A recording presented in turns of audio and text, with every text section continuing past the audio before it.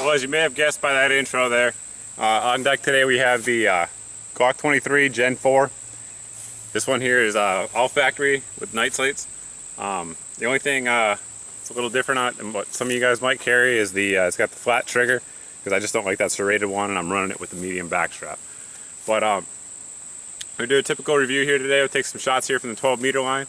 After that, we'll break the gun down, do some size comparisons, talk about uses, things of that nature, the pros and cons of the gun. And then we'll do a chronograph test with some popular carry loads these days, different weights. I think we got 135 grain, 165, and 180 today on deck at a couple various different ammo makers. That'll do it. But right now we're going to step over here to the 12-meter line, which is a different 12-meter line than some of you guys are probably used to. We moved our location a little bit due to hunting season. And other than that, let's get started, see if we can make some steel ring.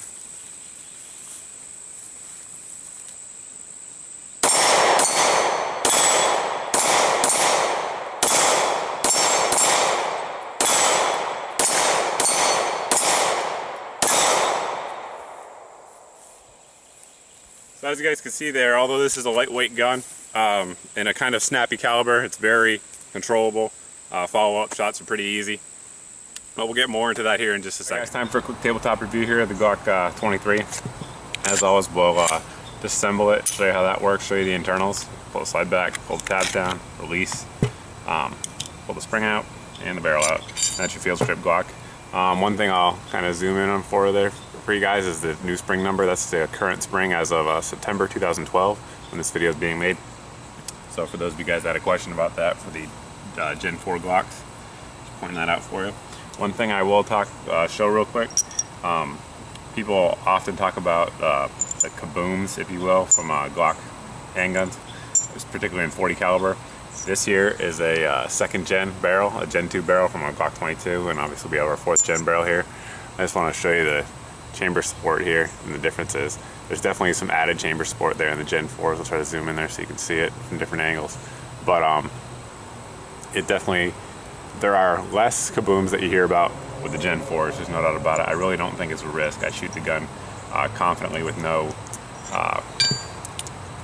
worry, if you will, about the risk of a kaboom. Most kabooms, in my opinion, are due to user error in terms of reloading. Anyway, we'll reassemble the pistol and get on with it. Just some of the pros of the gun is just the overall size. I'm 6 feet tall and I have relatively large hands, but I know plenty of people that have smaller hands that prefer the size of this pistol as well. There we go. As you can see here, it fits in the hand well, carries well. It's a good fighting gun, if you will, but it's also a good carry gun. So there's a lot of police departments that are using this gun. A lot more probably use the 22, but definitely there are plenty that use this with the 13+1 capability here that we have with the factory mag. You can obviously also use the larger mags from the 22, carry the 15+1, or the 22 round mags that come from Glock as well, and do 23 rounds ready to rock. I carry mine with the medium backstrap on there because I'm so used to the Gen 3 grip. It just feels right in my hand. The only thing I've changed out on this gun is the trigger. I've taken out the serrated trigger and put in the smooth trigger, but other than that, it's a straight up factory gun. No other modifications to it. Shoots well, carries well. I've had 0 malfunctions through it. So far I've had 500 rounds of all different kinds of ammo, carry ammo, practice ammo, cheap stuff, aluminum case, brass case, eats them all up. It's got a consistent ejection pattern. For those of you guys that are worried about some of the brass, the face issues, so no issues there. All in all, it's a good gun. Just a quick size comparison for those of you guys that are debating, should I get this to carry or a 27? Here's our Glock 27, the baby Glock.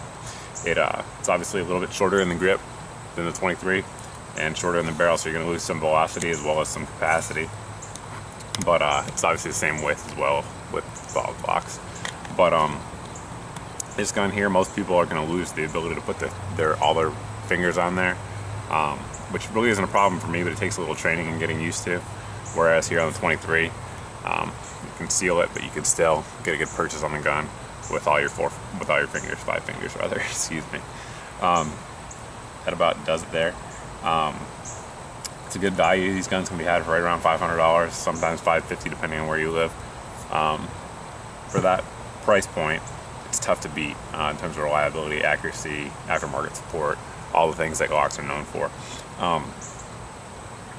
The only thing I'd caution against the 23 is that a lot of new shooters out there that probably have an easier time learning to shoot well with the 19 over the 23, just due to the snappiness, if you will, of the recoil. That said, you could do a lot worse in picking a first gun than a Glock 23. It's not a bad gun. It wouldn't be my first recommendation, but just pointing that out there for some of you guys that are out there searching YouTube looking for what should I get type videos. Up next, guys, will be the chronograph test with some popular carry loads, and as always, if you have any questions, feel free to let me know. I'll do my best to answer them. All right, thanks. All right, guys, time for the chronograph test. We're here with the Gen 4 23. I'm gonna go on top to bottom. We'll be firing at a distance of about 7 feet. In order, you can see there, we're gonna be firing the 135 grain Winchester Rangers, and then the HSTs. I believe it's 180 grain. Correct, 180 grain HSTs, and then the 165 grain HSTs. Conditions out here are about 80 degrees, about 100% humidity, and let's get to shooting.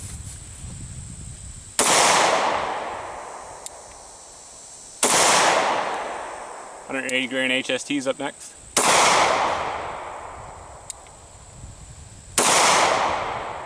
And 165 grain.